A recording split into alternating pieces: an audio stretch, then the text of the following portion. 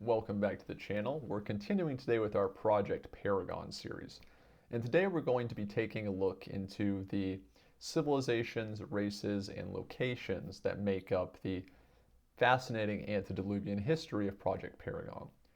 In the last video in the series, we looked over the basic timeline, but now it's time to dig in, starting with the children of the sun. The first known human civilization existed in SCP-4840, the city of Papadopoulos, in the original language of Homo Eternus. The city was inhabited by the original human ancestors, a race of humanoids with inherent thaumatological properties attributed to having a direct lineage to the first man, Adam Elisim, an entity of considerable power and authority. While it is not known exactly when this city came into existence, it is believed to possibly be many millions, if not tens of millions, of years old. The exact lifespan of the civilization is not currently known, nor is it believed that it can ever be known. The single living individuals who have existed long enough to have resided within Papadopoulos are SCP-073 Cain and SCP-4840-A Seth. By Cain's own recollection, the city existed long before his own birth. Additionally, Cain's perfect memory is understood to exist as an attribute of a curse placed on him by the entity called Asim, and he cannot perfectly recall much of what occurred prior to his affliction. Homo Eternus eventually left Papadopoulos after the presumed death of Adam Elisim, beginning their gradual change into later human ancestors as their thaumatological connection with their progenitor disappeared. These would eventually become Homo antediluvianus, Homo erectus, Homo neanderthalensis, and Homo sanguineus. Sanguineus. This isn't 40K. What am I saying? That's the cognitohazard getting to me again. Sorry, guys.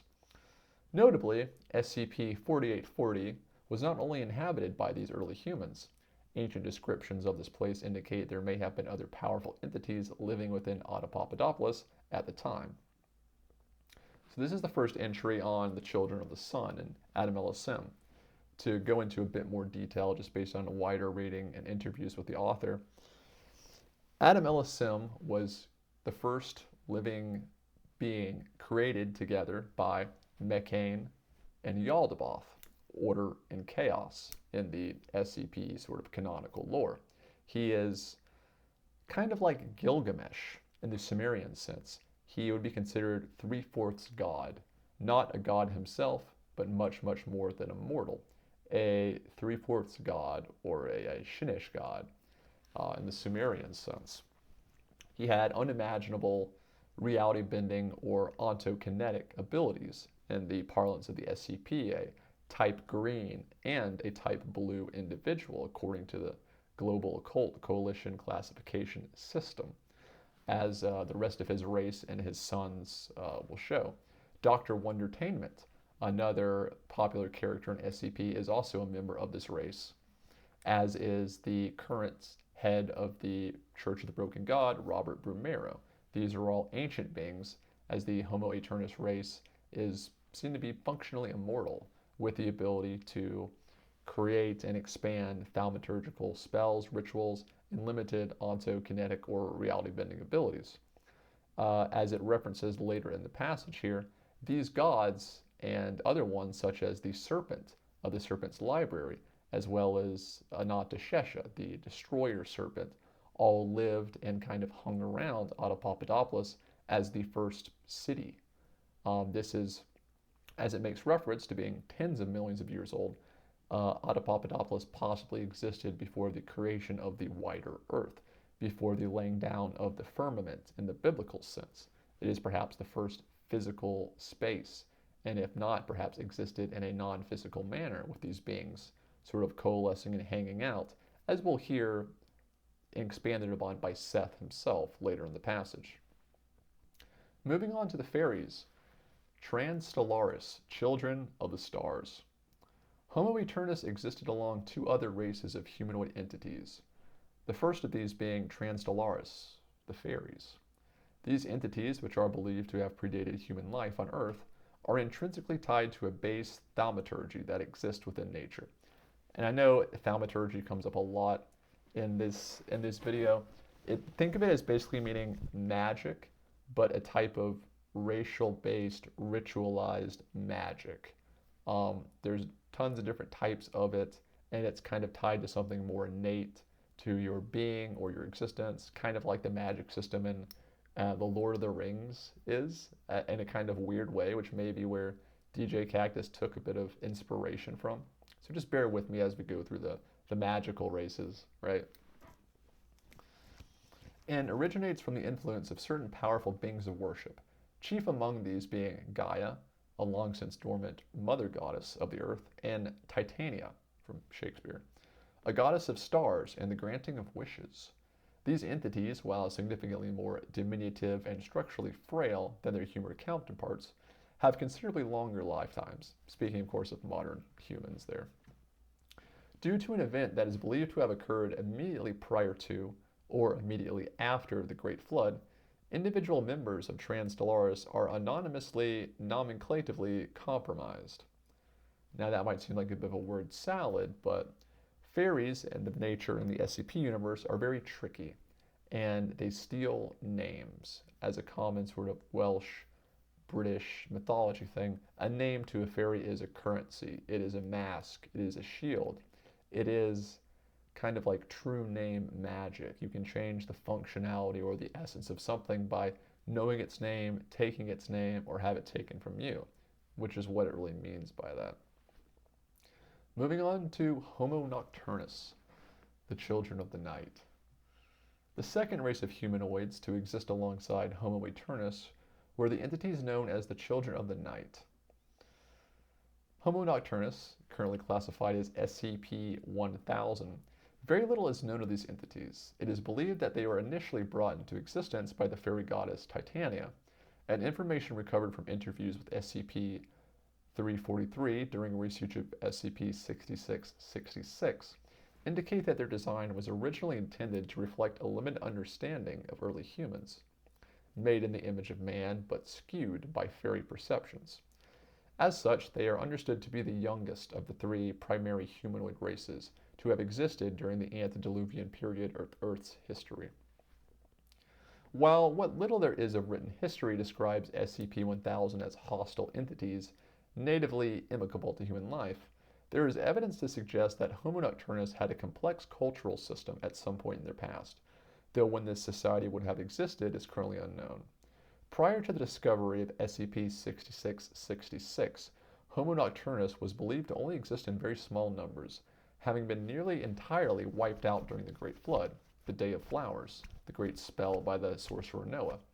However, it is now known that a very large population of SCP-1000 continues to exist in the cavern beneath SCP-6666, although there are a lot more hanging around in various places, some deep below the earth, but we'll cover that a bit later when we get to their sections. Talking about some locations in the story. Old Europe, Old Earth, Northern Eurasia. It is uncommon how far back antediluvian man referred to the landmass that would eventually become the Eurasian continent as Europe, or Europa. Some collected text preserved within SCP-4840 use the phrase Aro, literally land country of Aro, to name the land specifically ruled by the Aro people, a community of plainsmen and herders who are believed to have lived in what is now modern-day Spain and Portugal. Almost nothing is written about these people, and the few references to them do little more than list them as traders or merchants, along with other populations in the region. It is unknown for how long humans lived in the region prior to the rise of the Sky Kings.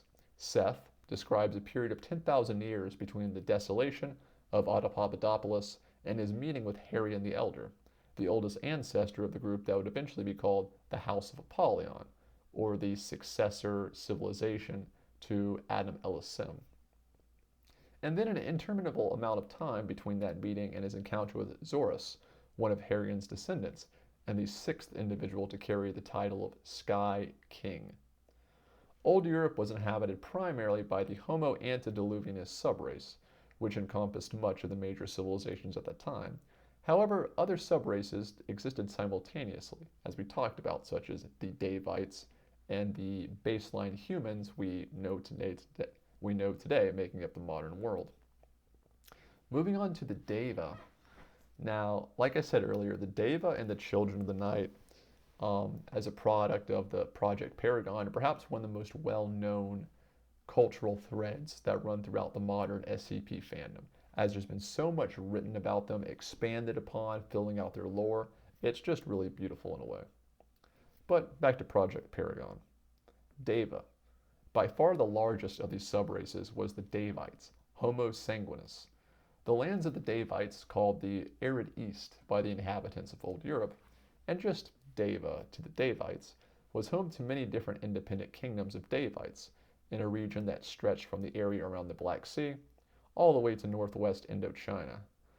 The Deva were a notoriously secretive civilization, and their interactions with the inhabitants of Old Europe were seemingly rarely peaceful, though this is likely more the result of the later's attitudes than those of the Deva. Despite their secrecy, the Deva were exhaustive record keepers, and what information has survived to be recovered from SCP Redacted has revealed a significant amount of their history and culture, including their history with the entirety known as the Dojeval, or the King of Blood. Now, the Deva are extremely interesting because the Davite civilization is what really births the Sarkics and the Sarkic civilization. Basically, the Deva as a culture worship the Scarlet King, which is another one of these transfic timeline canon lore guys, entities, concepts, ideas, right? Scarlet King is very numerous in the SCP Foundation. There are tons of fics about him, stories, stuff, entries, everywhere. The Davites worship the Scarlet King. And Yaldabaoth, one of the two original creator gods, kind of sees they have turned away from it. And so they empower a slave with sort of the flesh chaos magic to become the first Grand Ion, the Grand Karcist Ion. And so the Davites face a rebellion from the Sarkics and their flesh magic, and eventually their civilization splinter, and the Sarkics have to move around to the Middle East, where they start to war against the Mechanites, who worshipped Mechane, the other creator god, which sets the stage in the modern day for the clash between the Sarkic cultists and the Church of the Broken God, Mechane, of course, being the broken god. And again, to spoil it a little bit, how did the broken god become broken? Well, he was destroyed by Adam Elisim with his spear known as the Spear of the Unbeliever. His creation, so to speak, turned on him and shattered him. Moving on, if you've read the Ouroboros cycle, you might remember the sorceress kingdom of Abaddon. The area directly south of Old Europe, which is now modern North Africa, is described as having been a lush tropical forest by Davite accounts, inhabited by a race of men called the Tall Men, as opposed to the Long Men of Southern Europe, those long boys. Next to nothing is known about this area, aside from it being extremely vast. A single account by a Davite scholar remarks that a merchant party arrived at his citadel, having set out from Abaddon in those high forests to the west. This area is believed to have been devastated, possibly due to an impact by some kind of celestial object, during the reign of the Sky King Olmos I, in a tomb preserved by Seth in Papadopoulos. A court scholar notes a star falling from the sky to the earth, and a hot wind and ash covering the kingdom for the better part of 9 months afterwards. So this entry, like I said, is kind of a point to the Ouroboros cycle, where the lore is tied together a little bit, where the kingdom of Abaddon is basically considered an offshoot of the Sky Kings of Old Europe that survived in the kind of isolation of North Africa and the Arabian kind of desert there. And they're a kingdom of reality-bending sorcerers. They have a lot of Homo Aeternum genes that allow them to exist like this. And fast forward a little bit, the whole point of like the early Ouroboros cycle is trying to create an eigen weapon or an occult weapon to deal with these guys because they're so powerful and they're such a problem for the Foundation. Moving on to persons and groups of interests. The Sky Kings.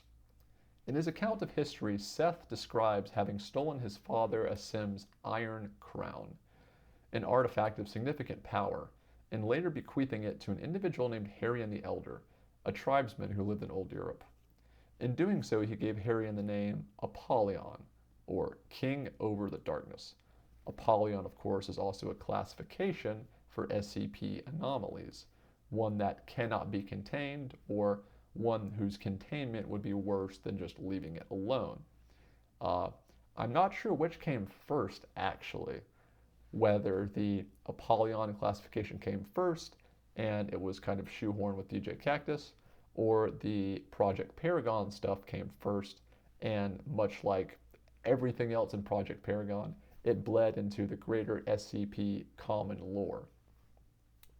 Anyway, in doing so, he gave Harion the name Apollyon, with the intention of both giving humanity a tool with which to defend themselves and restoring mankind to some semblance of its former heights.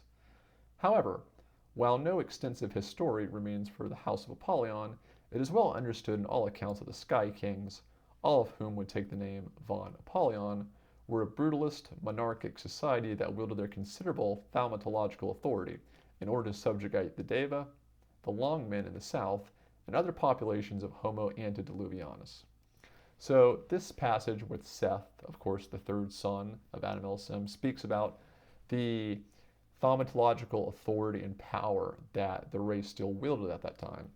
And we're talking, of course, not about Homo Eternus, but a Homo antediluvianus, the successor race of the Sky Kings, who at that time still wielded considerable magical power, spells, if you want to think of it that way.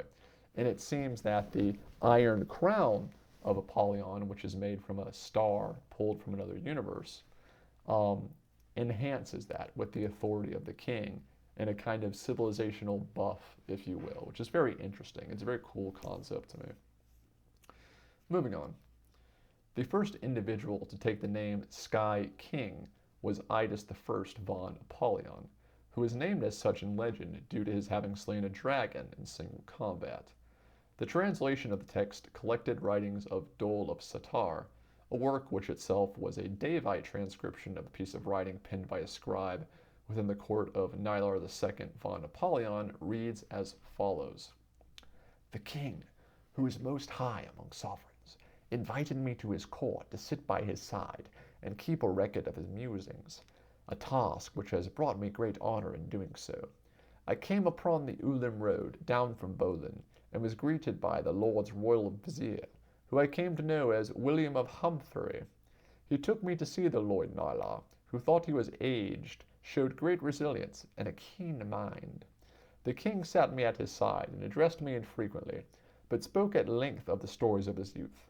Many of these I had written about in the courts of his father, Idus VI. For many hours I enjoyed the company of the Lord of Hosts, but after a time he grew quiet and seemed to consider himself, before asking me if I knew why the good peoples of Europe and his wide dominion honored him by calling him king over the heavens. I told him that it was because his reach extended past the bounds of the earth, which brought him great joy, but he dismissed the remark. Thus spoke he. When I was a boy, my father, the king before me, who your father and your father before him served, took me to the highest tower of Apollyon, and asked me to reach as high as I could. I did so, and could only reach so high, being small of stature as I was. He told me that the reach of a man ends at his fingers, but the reach of a sovereign must not end. He brought me to his inner chamber, and showed me the great paintings of his father, and his father's father. He named them all, one after the other. Idus V, conqueror of Minos, who is said to have stolen a feather from the wing of Remael, guardian of the sun's tomb. Sarus I, who slew the mad king and set the dark blood to boil. Jorai, the son of Lord Axum, who became the first Sky Queen and sailed to the dark forests where even the little folk would not walk, never to return. He knew them all, and told me I too must someday know them all. When he brought me to the first, and oldest, worn and weathered it was, and I did spend some time trying to see the face of a man at all. This is Idus I, my father did say with some reverence. His reach were the furthest of all men, enough to strike even at the heart of a beast of the sky. When the old Tiamat did descend to claim our family's crown for its own, Idus did not falter. He rose in a lightning bolt and pushed his sword into the beast's belly and rent it in two. Thus did they name him Sky King, and we all in line from him. Spoke he. Some day you will wear the crown he wore, and your reach must be like his, without limit. This is the lesson I learned from my father, and the lesson my father learned from his. Nothing must be outside of your grasp. If you desire it, seize it. While aspects of the story are no doubt subject to hyperbole and many thousands of years of translation, it does serve to illustrate a very important aspect of the House of Apollyon. They saw each successive ruler as an extension of the first Sky King. Those who did not live up to those legendary deeds, be it by conquest, culture, or suppression of their neighbors, were considered failures in the eyes of their society. Very cool, very interesting stuff. You can see the parallels to a lot of real-world nations like early France and the reigns of Clovis and the Merovingian kings, and that kind of idea, that Faustian spirit. But moving on to very interesting Deva governorship. Now, keep in mind, the Sky Kings of Old Europe are one unified, contiguous nation-state. However, the Deva are more scattered. They're more like a loose coalition of city-states, governorships, or satraps even. They kind of mirror the Persian Empire in a way, except for the fact they are, of course, city-states and not an empire. Moving on. The House of Maladroug. A Devite governorship east of Europe, the House of Maladroug was untraditionally patriarchal, being founded by the mad King Moros and ruled thereafter by his son Midas, Midwell and Metroc. They are by far the most well understood of the ancient Devite kingdoms, which much of their history having been preserved within SCP redacted, unlike the cryptic unfinished tomes left by other Devite city-states. The lords of House Maladroug were expected to rule as men, even if they had been born female. One such ruler was the sorcerer king Relevine, born Relea, under whose tutelage, and the tutelage of his high magistrate, became Grand Vizier, prior to that kingdom's destruction by the hands of the Children of the Night. They're at it again, I tell you what. Relevine, along with all those who lived within the central city of Maladroug, are said to have disappeared suddenly after the aforementioned attack on the High Magistrate's citadel. While SCP-343 had originally believed they had been killed, evidence collected within SCP Redacted discredits this story. And the House of Maladroug and Grand Vizier Sorcerer King Relevine is explored in depth in the DJ Cactus entry, The Bleeding Throne of Maladroug and the Demon Ogier. It's a large article, it's very interesting, and it does a great job of bridging the sort of ancient antediluvian history portion of the lore with the modern foundation stuff. So it's one of my favorite articles I've ever read. Moving on to the domain of the Fae. Little is known of Fae culture, aside from that which was recorded by traders who frequented the small settlement of Farron on the coast of the Fae's domain. Through these interactions, it was known that a hierarchy existed within the Fae, with some kind of emperor or regent acting as a divine conduit to the fairies' gods, and a loose governorship of their land falling to several primogens, princes and princesses respectively. Due to a catastrophic nomenclative breakdown in the time since these events, the names of those individuals are fully lost. Moving on to our last entry in this series, the King of Night. While exceptionally little is known of the world of Fae, it is far more information than what exists of the Children of the Night. Wink. The children, or interlopers, as they were often called by men and Fae, had no written history and no oral tradition, and their primary divine matriarch actively sought out the histories of other civilizations in order to annihilate them entirely. Kind of based. Grug no read book, Grug throw rock. While testimony made by SCP-343 indicates that the Children of the Night were incapable of creating a stable cultureplex, information gathered from SCP Redacted indicates otherwise. It is now believed that the Children of the Night, while not having an extant recorded history to speak of, are capable of interacting with a kind of metaphysical collective consciousness from which certain information can be yielded. The single instance where this has been observed, SCP redacted, has referred to this consciousness as the last king of night. Access to more information on this phenomenon is forthcoming. And that concludes our second part of our series, covering some of the races of interest, some of the civilizations, and some of the locations in a bit more detail after going over the timeline. Next, in part 3, we'll cover individual characters of interest, moving from the antediluvian era to the modern Foundation era, and their effect on the SCP Wiki as quasi-canonical lore.